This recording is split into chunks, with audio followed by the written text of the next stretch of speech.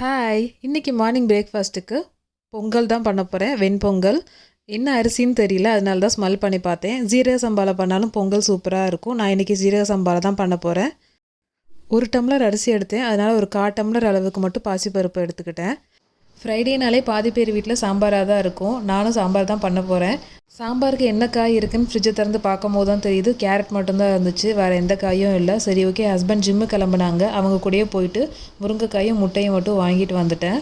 நான் most of the time Pongal குக்கரை காட்டிலும் இந்த மாதிரி பாத்திரத்தில் தான் வைப்பேன். பாத்திரத்தில் வச்சேன்னா கொஞ்சம் இந்த மாதிரி தலை எப்பயுமே இருக்கும் நம்ம சாப்பிட்ற வரைக்கும். அதுவே குக்கரில் பண்ணிட்டோம் அப்படின்னா நம்ம சாப்பிடும்போது கொஞ்சம் கெட்டியான மாதிரி இருக்கும்.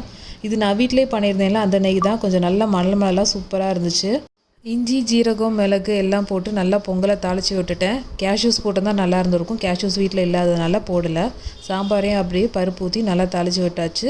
மார்னிங் பிரேக்ஃபாஸ்ட் ஆதிரனுக்கு ஊட்டி விட்டு அவரையும் ஸ்கூலுக்கு அனுப்பிச்சிட்டு அவர் கிளம்புனதுக்கப்புறம் ஏதாச்சும் அவருக்கு ஸ்நாக்ஸ் பண்ணி வச்சிடலான்னு சொல்லிட்டு தான் குக்கி பண்ண ஸ்டார்ட் பண்ணியிருந்தேன். Most of the time cookies எல்லாமே வீட்டிலே பண்ணிப்பேன் தான். இன்றைக்கி கோதுமை மாவு வச்சு தான் குக்கி பண்ணியிருந்தேன். இந்த மாதிரி வீடியோஸ் பிடிச்சிருந்தா லைக் பண்ணிக்கோங்க. அப்படி சேனலை சப்ஸ்கிரைப் பண்ணி வச்சுக்கோங்க. அப்படின்னா தான் நான் ரெகுலராக போடிய வீடியோஸ் வரும். தேங்க்ஸ் ஃபார் வாட்சிங்.